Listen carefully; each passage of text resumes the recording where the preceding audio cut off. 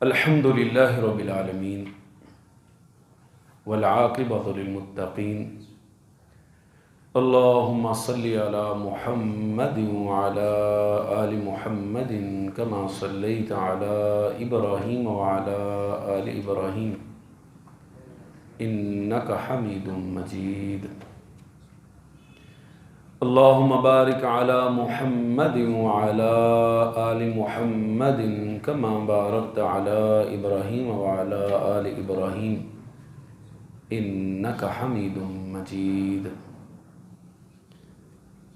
رب اشرح لی صدری ویسر لی امری واحلل عقدۃ من لسانی یفقہوا قولی سبحانک لا علم لنا الا ما علمتنا انک انت العلیم الحکیم اللہم انفعنا بما علمتنا وعلمنا ما ينفعنا وزدنا علما۔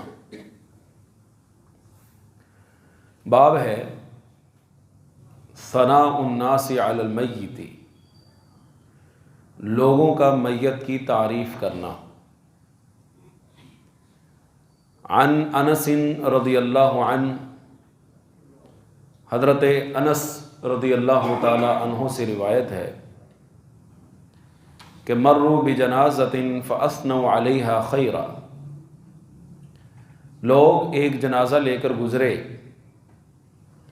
تو حضرات صحابہ کرام رضوان اللہ علیہم اجمعین نے اس فوت ہونے والے کی تعریف کی۔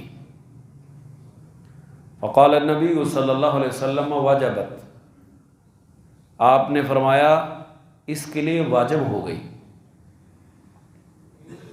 ثم مروا باخرى، پھر لوگ دوسرا جنازہ لے کر گزرے۔ فاثنوا علیہا شرا، تو صحابہ نے اس کے بارے میں تعریفی کلمات نہیں کہے، اس کی تعریف نہیں کی بلکہ اس کی برائی بیان کی۔ فقال وجبت، آپ نے پھر فرمایا اس کے لیے بھی کہ واجب ہو گئی۔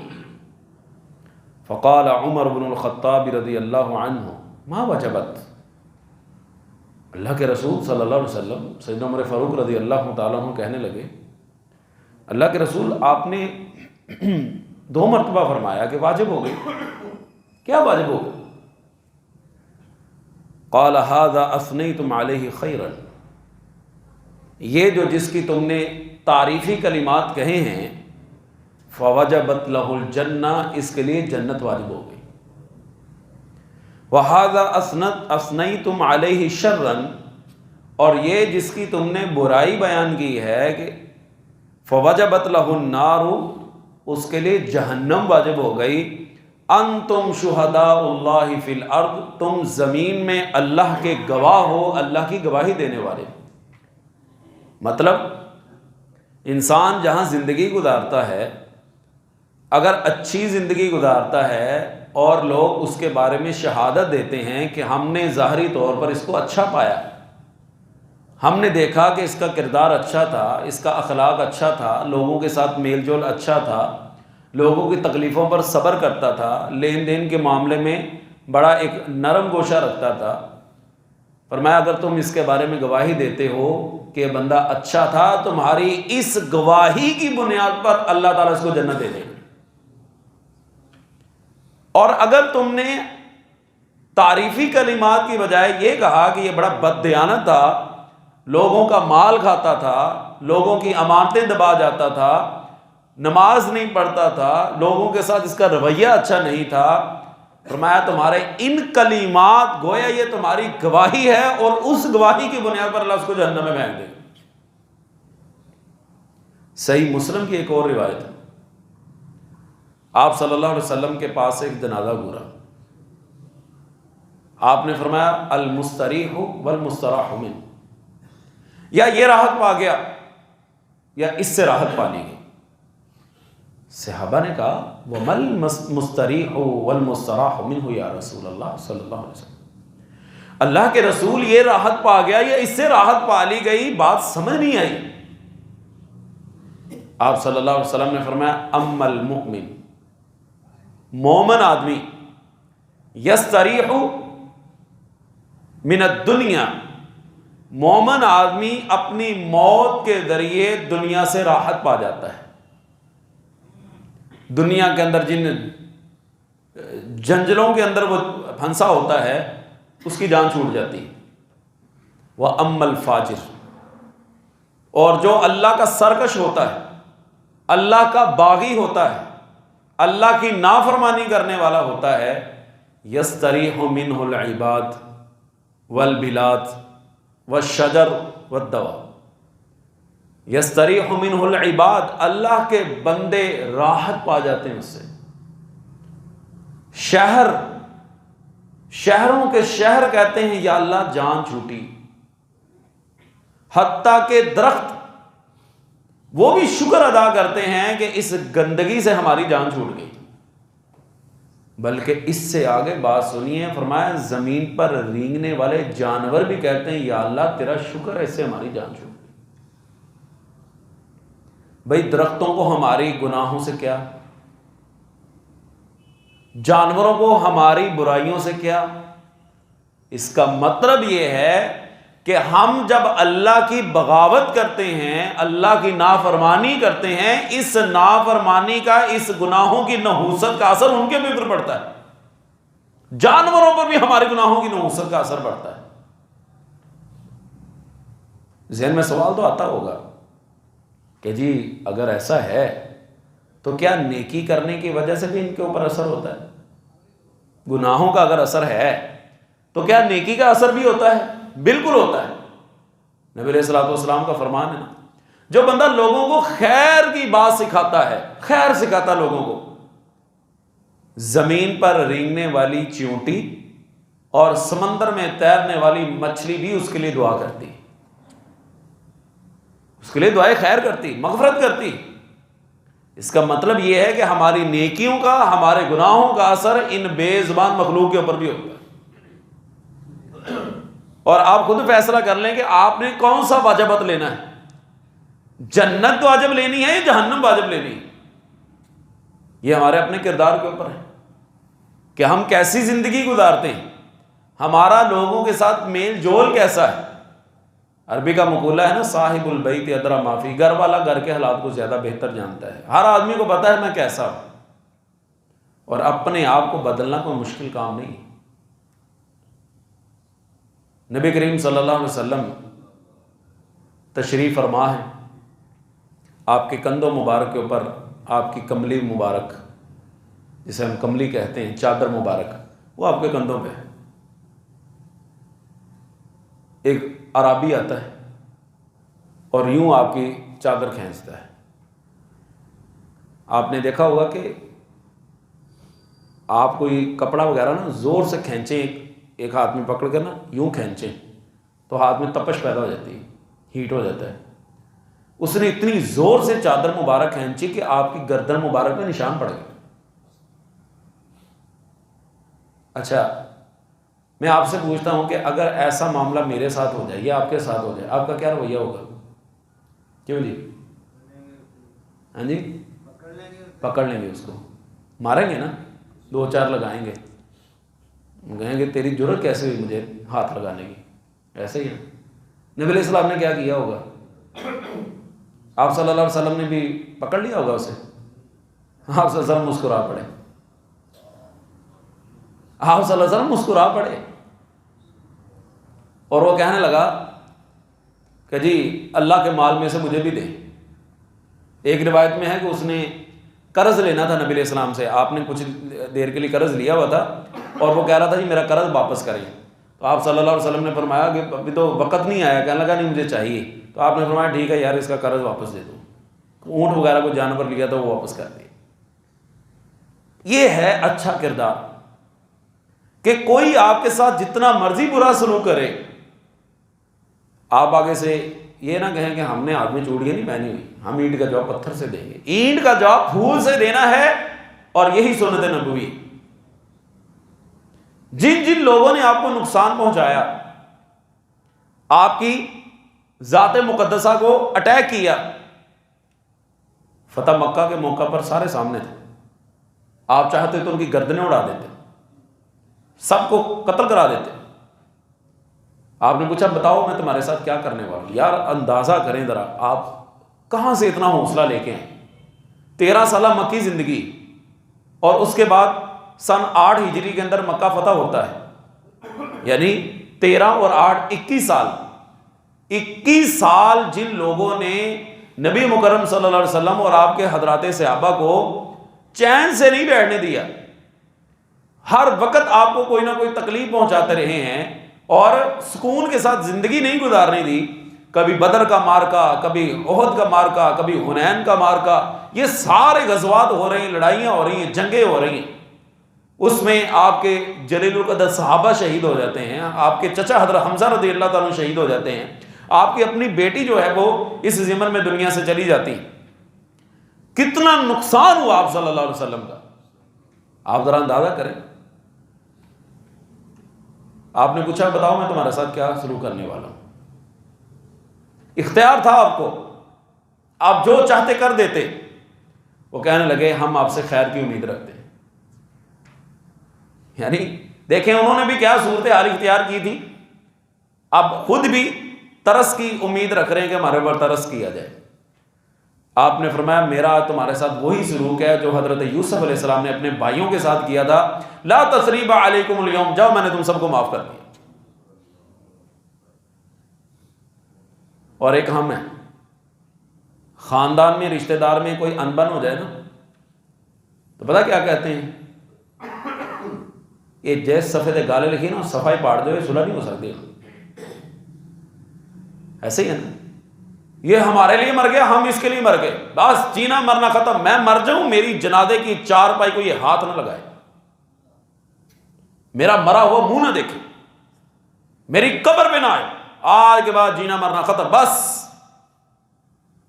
ہم تمہارے لیے مر گئے, تم ہمارے لیے مر گئے, تمہاری اپنی راہیں ہماری اپنی راہیں. وہ کہتا ہے اللہ کے لیے مجھے معاف کر دو. کہتا کوئی معافی نہیں, بس اگر وہ تمہیں اپنے سینے لگاتے ہیں ہماری خاندان میں عزت نہیں رہتی, ہماری ناک کٹتی.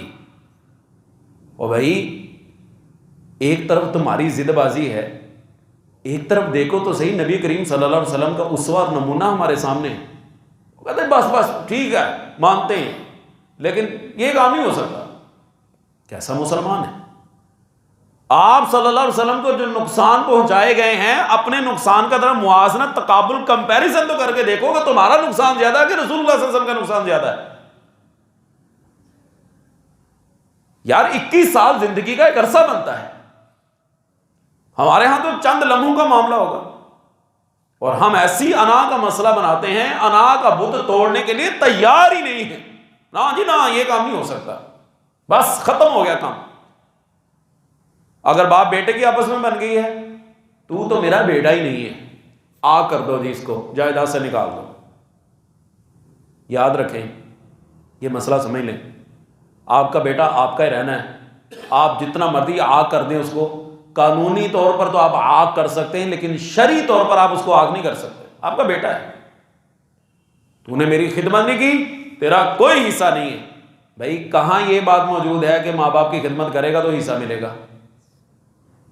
یہ تو ایک اخلاقی طور پر ہے کہ وہ اپنے ماں باپ کی خدمت کرے. اگر اس نے ماں باپ کی خدمت نہیں کی, اس کا حصہ وہ آپ کی اولاد ہے. جائیں اس کو لے کے جائیں دنیا کے جس مرضی کونے میں لے جائیں, اس کی ولدیت میں آپ کا ہی نام آنا ہے. وہ آپ کا ہی بیٹا ہے, وہ آپ کی ہی اولاد ہے. آپ جتنا مرضی کہیں کہ آج کے بعد اس کا میرے ساتھ کوئی معاملہ نہیں, ہم نے اس کو اپنی جائیداد سے آگ کر دیا. نبی علیہ الصلوۃ والسلام نے تو ایسا حکم نہیں دیا آگ کرنے کا. اور ذرا تھوڑا سا تصور میں جائے, روزے قیامت اگر اللہ تعالیٰ نے آگ کر دیا تو کہاں جائیں گے؟ اگر اللہ تعالیٰ نے یہ فرما دیا کہ تو نے ایک وہ کام کیا جس کا میں نے حکم نہیں دیا تھا, لہذا آج تیرا میرا آگ نامہ ہے, تو میرا بندہ ہی نہیں, کیا کریں گے؟ کس کے پاس جائیں گے؟ اس لیے اپنے غصے کے اوپر قابو پانا سوچیں, عادت بنائیں اپنے آپ کو. اتنا غصے میں نہ آیا کریں گے, 1 منٹ سے پہلے آپ ساری رشتہ داریاں ختم کر دیں, آپ سارا تعلق ختم کر دیں. پنجابی میں ہمارے کہتے ہیں کہ گلیاں دے ککھاں دی بھی لوڑ پہ, گلی دے ککھاں دی بھی لوڑ انسانوں پہ, لیکن ہمارے ہاں تو اس چیز کا لحاظ ہی نہیں. تو یہ حدیث ہمیں بتاتی ہے، اس حدیث میں ہمیں پتہ چلتا ہے کہ جیسے انسان زندگی گزارے گا، آگے آ رہا ہے، آپ نے آج تک یہ بات تو سنی ہے کہ 40 آدمی اگر کسی بندے کی گواہی دے دیں تو جنت واجب ہو جاتی ہے، 4 کا بھی تذکرہ ہے، 2 کا بھی تذکرہ ہے۔ پڑھ لیجئے اگلی روایت۔ حضرت عمر رضی اللہ تعالیٰ عنہ بیان کرتے ہیں، نبی علیہ الصلوۃ والسلام نے فرمایا ایما مسلم شاہد لہ اربعۃ بخیر، کوئی بھی مسلمان 4 آدمی اس کے نیک ہونے کی گواہی دے دیں، صرف 4، آپ نے 40 سنے نا، ایک روایت میں 100 ہے، ایک میں 40 ہے، یہ دیکھ لیجئے صحیح بخاری کی روایت ہے، 4 آدمی کسی کے نیک ہونے کی شہادت دے دیں، اللہ ان 4 کی گواہی کے اوپر اس بندے کو جنت میں داخل کر دیں، ادخلہ الجنہ۔ 4 کا حصہ تو پھر تھوڑا سا بڑا ہے، فقلنا وثلاثۃ، ہم نے کہا اللہ کے رسول 3 آدمی اگر دے دیں، فرمایا وثلاثۃ، 3 دے دیں اللہ تب بھی جنت میں داخل کر دے گا۔ فقلنا واثنان، اگر 2 آدمی گواہی دے دیں، قال واثنان، 2 دے دیں تب بھی جنت اللہ داخل کر دے گا۔ ثم لم نسألہ عن الواحد، پھر ہم نے ایک کے بارے میں نہیں پوچھا۔ کیوں نہیں پوچھا؟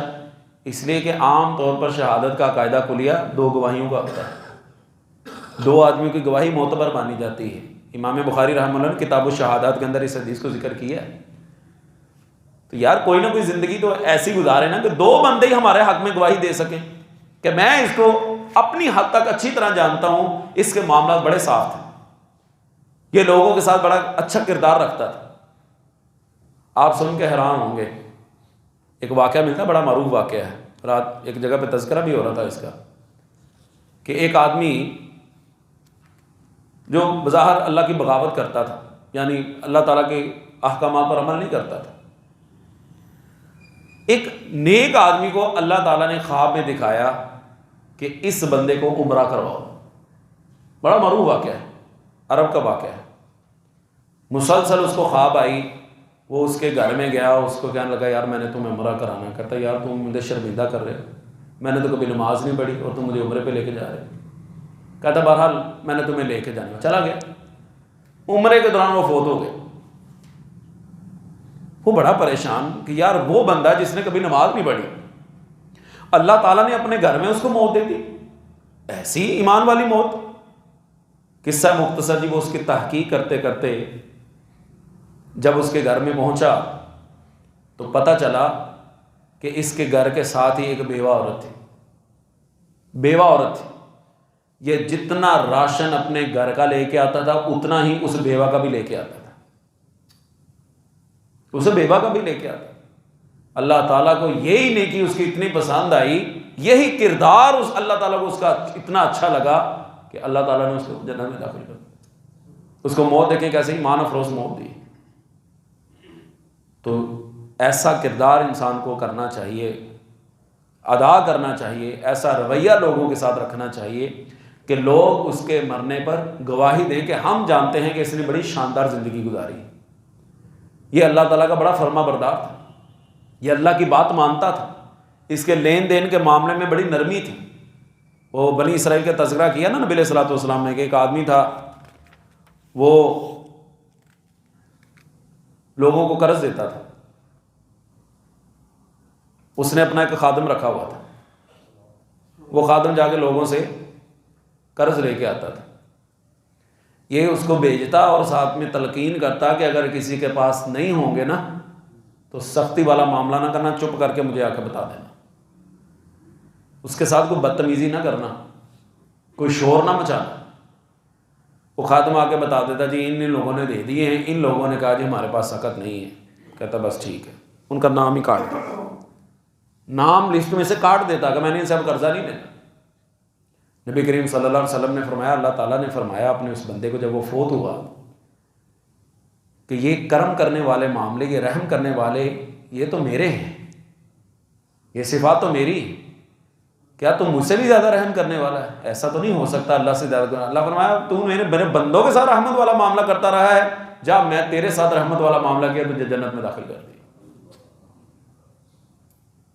کردار، کریکٹر، ہم ڈھونڈتے پھرتے نا ہمیں کریکٹر سرٹیفکیٹ مل جائے، تزکیہ مل جائے، یہ ہے کریکٹر سرٹیفکیٹ اصل میں، اور یہی ہمیں اختیار کرنا چاہیے۔ آگے ایک نیا موضوع آ رہا ہے، انشاءاللہ الرحمن کل کے مجلس میں اس کو ذکر کروں گا۔ اللہ تعالیٰ سے دعا ہے کہ مالک الملک ہمیں ایک اچھی زندگی گزارنے کی توفیق عطا فرمائے اور ہر قسم کی بغاوت سے، ہر قسم کی نافرمانی سے ہم سب کو محفوظ رکھے۔ اللہ ہمارا خاتمہ ایمان پہ فرمائے۔ سبحان ربک رب العزت عما یصفون وسلام علی المرسلین والحمد للہ رب العالمین۔